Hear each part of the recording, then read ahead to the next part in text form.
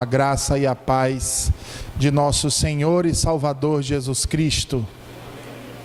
Meus queridos irmãos, mais uma vez é um prazer estar aqui nesta noite, louvando ao Senhor e podendo falar de um tema tão importante e pouco comentado nesses últimos dias, acerca da importância do dia do Senhor e a família. Quão belo, quão maravilhoso e quão deleitoso é falar sobre esse tema.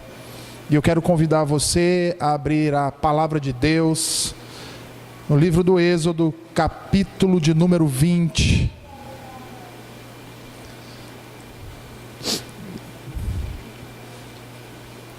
Verso de número 1 ao verso de número 20.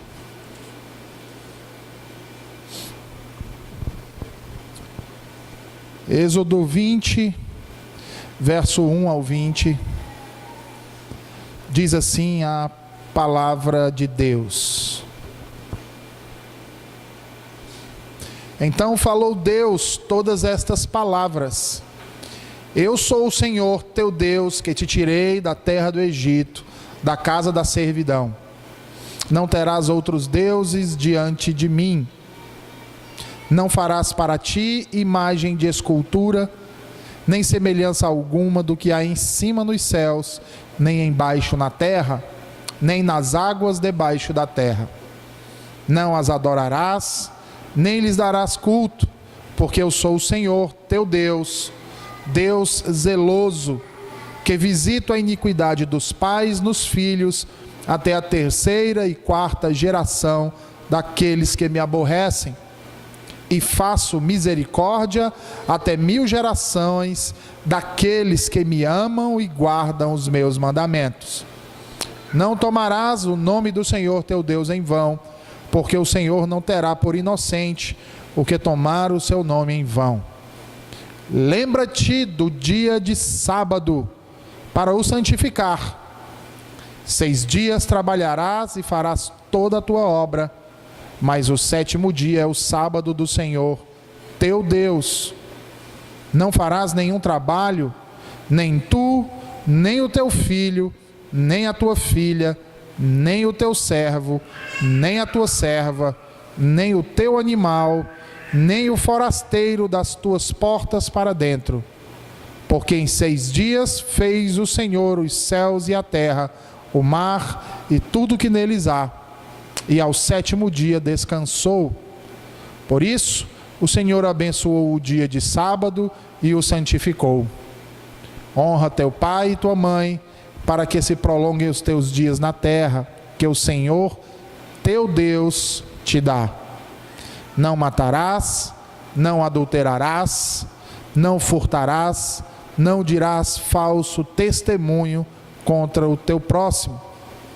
Não cobiçarás a casa do teu próximo, não cobiçarás a mulher do teu próximo, nem o seu servo, nem a sua serva, nem o seu boi, nem o seu jumento, nem coisa alguma que pertença ao teu próximo. Todo o povo presenciou os trovões e os relâmpagos e o clangor de trombeta e o monte fumegante, e o povo, observando, se estremeceu e ficou de longe. Disseram a Moisés: Fala-nos tu e te ouviremos, porém não fale Deus conosco, para que não morramos. Respondeu Moisés ao povo: Não temais, Deus veio para vos provar e para que o seu temor esteja diante de vós, a fim de que não pequeis. Santo e bendito Deus, nós te rendemos graças por este dia, por esta noite, por este congresso, por esta igreja.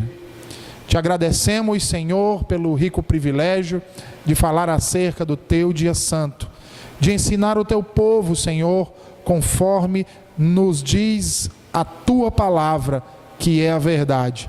Edifica-nos, Senhor, para a glória do teu santo nome. É o que te pedimos, no nome santo de Jesus. Amém. Meus queridos irmãos, o texto que nós acabamos de ler nos traz os 10 mandamentos de Deus entregues no Monte Sinai a Moisés. Se nós bem lembrarmos, esses 10 mandamentos, ou esse decálogo assim chamado, são mandamentos tanto universais quanto eternos. Isso quer dizer que eles não passam, eles não findam, eles não se excluem. É um erro pensar que Jesus aboliu a lei como um todo.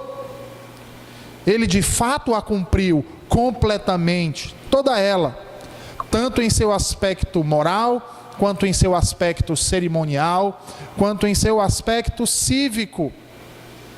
Todavia, a lei moral de Deus, constituída por essas 10 ordenanças lidas aqui nesta noite, essa de fato permanecerá, pois ela revela o caráter de Deus, e não somente isso, ela revela a vontade de Deus para os homens se relacionarem com Ele e se relacionarem com os outros. Com isso em mente, podemos enxergar então a necessidade de cumprimento e deleite naqueles que foram assim regenerados, que ouvem a voz do seu Senhor e se deleitam em sua presença, para amar esses mandamentos, para amar e querer cumprir e viver de acordo com os preceitos que o próprio Deus estipulou, que o próprio Deus nos revelou e que o próprio Deus nos admoesta todos os dias por meio da sua palavra. E um destes mandamentos não pode ser excluído. É o nosso 4º mandamento, o Shabat, o descanso, o dia do Senhor. Mas para que nós possamos poder compreender melhor do que se trata esse dia do Senhor, é necessário que nós entendamos que quando falamos de Shabat, não podemos minimizar a força do termo. Com isso eu quero dizer, em primeiro lugar, que quando as Escrituras utilizam a palavra Shabat, ela não significa simplesmente um dia na semana chamado de sábado.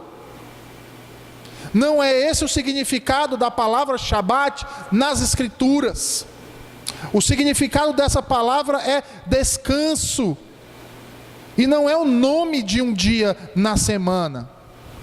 A palavra serve para descrever um dia de descanso, um dia em que cessa todo o trabalho para o descanso.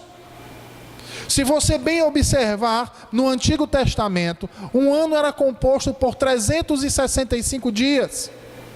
E todo o ano, obrigatoriamente, tinha que começar com um Shabat. Você vai enxergar isso no livro de Levítico, capítulo 23. Basta ler do verso 4 ao verso 16. E as outras datas fixas nunca poderiam ocorrer num Shabat. Logo, esse calendário ele tinha que ser ajustado regularmente. A história nos ensina que isso era feito exatamente por acrescentar ao ano Shabats extras, que ocorriam consecutivamente. Sendo assim, meus irmãos, identificar o Shabat apenas como um dia na semana é um erro crasso. É um erro crasso. Mas surge a pergunta: quando foi então, reverendo, que começaram a chamar o Shabat como um simples dia na semana, como sábado? Isso ocorreu, meus queridos irmãos, a partir do 4º século, especificamente após o ano 359 depois de Cristo, onde os judeus, passaram a organizar o seu calendário e chamar todo o sábado, o 7º dia, como Shabat. Em segundo lugar, que você precisa entender é que esse Shabat das Escrituras não é uma instituição judaica.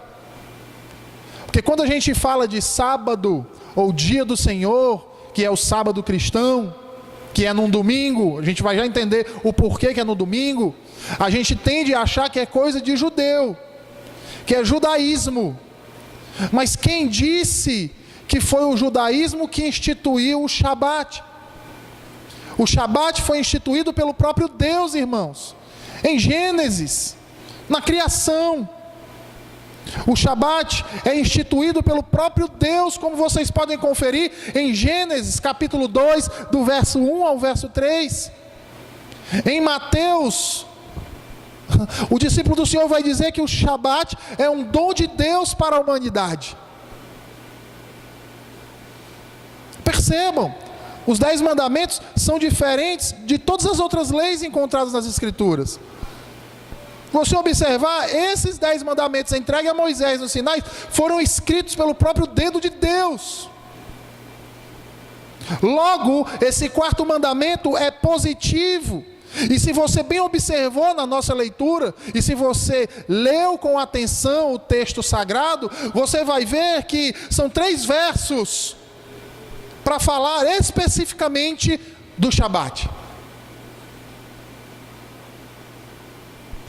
E talvez você não tenha percebido, mas deveria ter ficado inculcado com isso, e ter se perguntado o porquê. Porque dos 10 mandamentos, Moisés, ou o Senhor fez questão de se demorar exatamente quanto ao seu Shabat, quanto ao dia do descanso. Por quê? E você vai ver que é exatamente porque o Shabat, ou o 4º mandamento, ele faz uma ligação entre os aspectos divinos e humanos. Ele faz exata e perfeita ligação entre o moral e o cerimonial da lei. E há quem queira desmerecer o Shabat nos dias de hoje, simplesmente por dizer que Cristo cumpriu o sábado. E de fato ele cumpriu. Evidente que ele cumpriu toda a lei. Mas ele em momento nenhum desmereceu do Shabat. Ao contrário, o Shabat era importante para Cristo.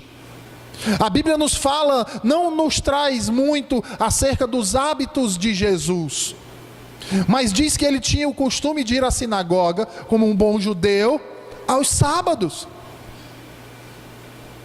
Ele mesmo anunciou ser o Senhor do sábado. Logo, dizer que Shabat não existe mais é uma negação do próprio senhorio de Cristo. Por quê? Porque ele é o Senhor do sábado, conforme Marcos 2, 28. E por que não mais no 7º dia, e agora no 1º dia da semana? Porque o Senhor do sábado transferiu esse dia do 7º para o 1º. Por quê? Por uma questão de estilo?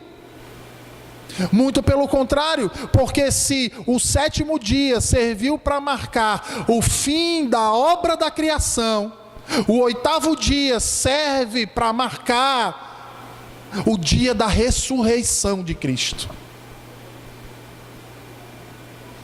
Este foi o dia em que o nosso Redentor ressuscitou dos mortos. Abra sua Bíblia em João 20. Veja com seus próprios olhos.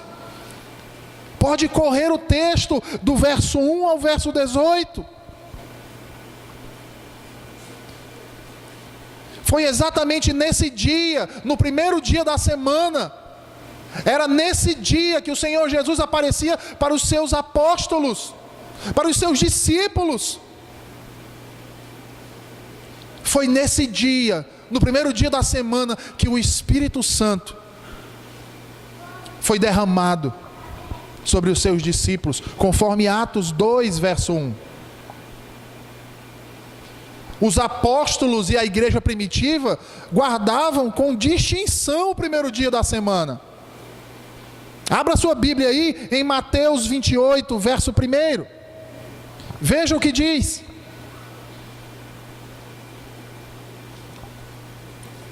Mateus 28, verso 1.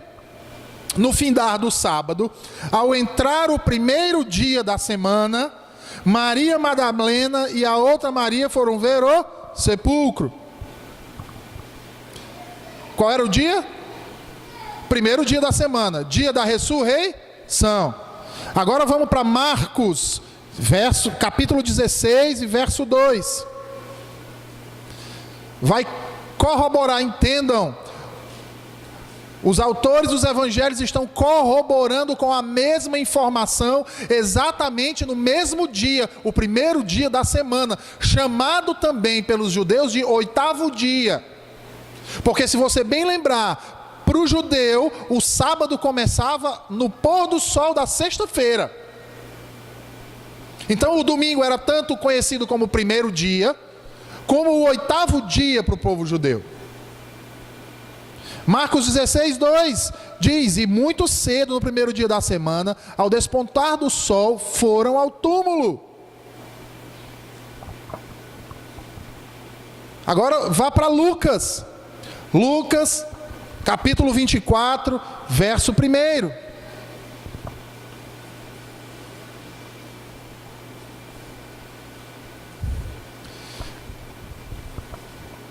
Mas no primeiro dia da semana, alta madrugada, foram elas ao túmulo, levando os aromas que haviam preparado. Quarto evangelho, João, capítulo 20, verso 1.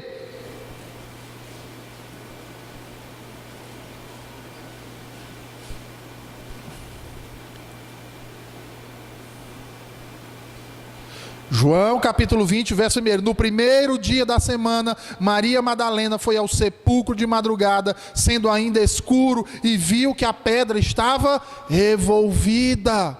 Porque os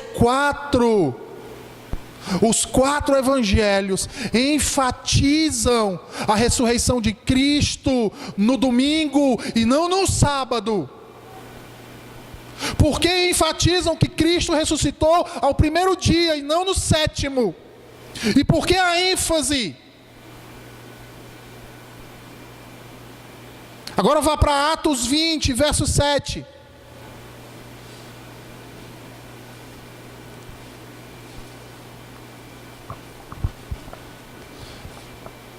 Atos 20, verso 7, no primeiro dia da semana, estando nós reunidos com o fim de partir o pão, Paulo, que devia seguir viagem no dia imediato, exortava-os e prolongou o discurso até meia-noite. A ressurreição marca um novo período. O Shabat do cristão passou a ser o primeiro dia da semana, e a igreja se reunia e cultuava a Deus, cultuava a Cristo Jesus no domingo. E se você duvida disso, vá para 1 Coríntios, capítulo 16, e verso 2.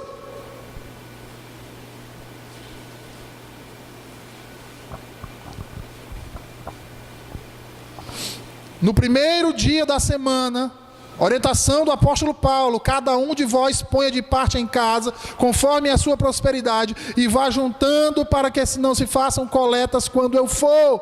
Ele está falando acerca de quê? Dízimos e ofertas, para serem entregues no primeiro dia da semana. Onde? No culto.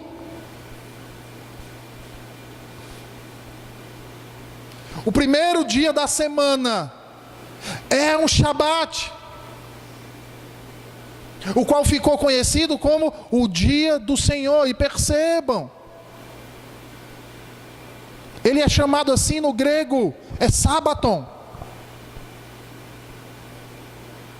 Tanto o 7º dia é Sábaton, como o primeiro dia é Sábaton.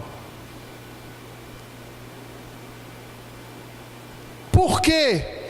Porque o autor, inspirado por Deus, fez questão de ressaltar que esse, agora, o primeiro dia da semana, é que é o dia do Senhor, é que é o nosso sábado, é que é o nosso descanso. Agora vá para Apocalipse, capítulo 1 e verso 10.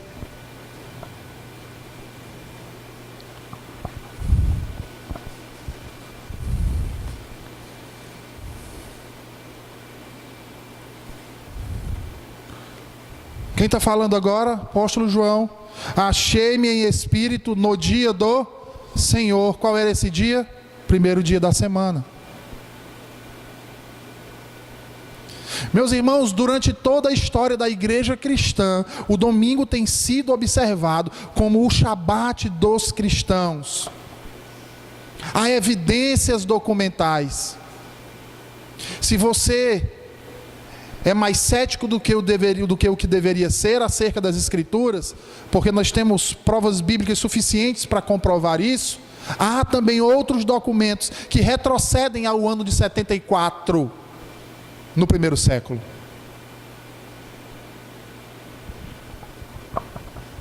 Uma das perguntas no período de perseguição da igreja de Cristo Jesus, quando se pegava alguém suspeito de que era um cristão, se chegavam para ele e perguntavam para ele: Dominicum servasti? Que quer dizer o quê? Você guarda o dia do Senhor? Se a resposta fosse afirmativa, ele era um cristão. Os verdadeiros crentes então respondiam: sim, eu sou cristão, não posso deixar de fazer isso. E a pergunta que eu faço hoje para você é: e você, meu irmão?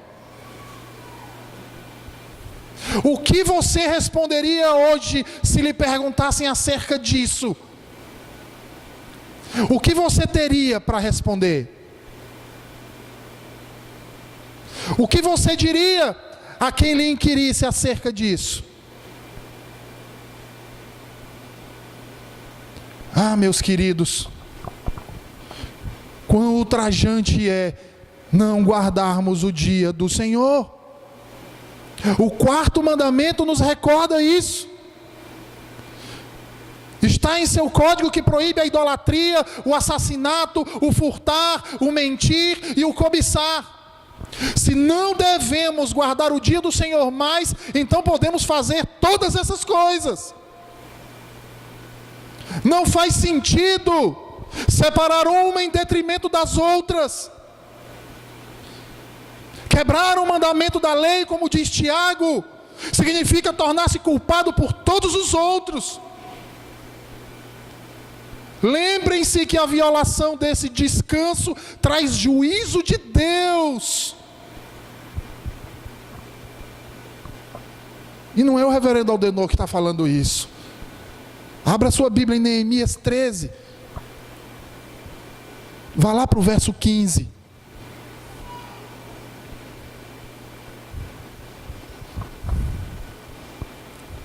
Neemias 13, verso 15 ao 22, diz assim: naqueles dias vi em Judá os que pisavam lagares ao sábado, e traziam trigo que carregavam sobre jumentos, como também vinhos, uvas e figos, e toda sorte de cargas que traziam a Jerusalém no dia de sábado. E protestei contra eles por venderem mantimentos neste dia. Também habitavam em Jerusalém tírios que traziam peixes e toda sorte de mercadorias, que no sábado vendiam aos filhos de Judá e em Jerusalém. Contendi com os nobres de Judá e lhes disse: que mal é este que fazeis, profanando o dia de sábado? Acaso não fizeram vossos pais assim, e não trouxe o nosso Deus todo este mal sobre nós e sobre esta cidade? E vós ainda trazeis ira maior sobre Israel, profanando o sábado. Às vezes a gente acha que essas comodidades de poder comprar uma carnezinha assada no domingo na esquina só existe hoje.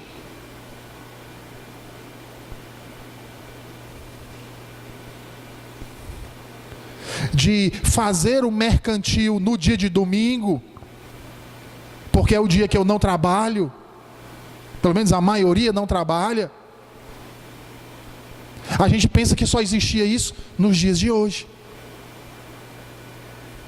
Ah, de abrir o meu negócio, porque o domingo é o dia que eu mais ganho dinheiro. Se eu fechar, eu vou passar fome, pastor. Vocês acham que não chegavam para dizer isso também, não? Verso 19: dando já sombra às portas de Jerusalém antes do sábado, ordenei que se fechassem e determinei que não se abrissem, senão após o sábado. As portas coloquei alguns dos meus moços, para que nenhuma carga entrasse no dia de sábado. Então os negociantes e os vendedores de toda sorte de mercadorias pernoitaram fora de Jerusalém 1 ou 2 vezes. Protestei, pois, contra eles e lhes disse: por que passais a noite de fronte do muro? Se outra vez os fizerdes, lançarei mão sobre vós. Daí em diante não tornaram a vir no sábado. Também mandei aos levitas que se purificassem e viessem guardar as portas para santificar o dia de sábado. Também nisto, Deus meu, lembra-te de mim e perdoa-me segundo a abundância da tua misericórdia. Aí tem gente que olha para isso aqui e diz assim: nossa, mas é por isso que isso é cor de judeu, isso é muito pesado para a gente é gentil, pastor.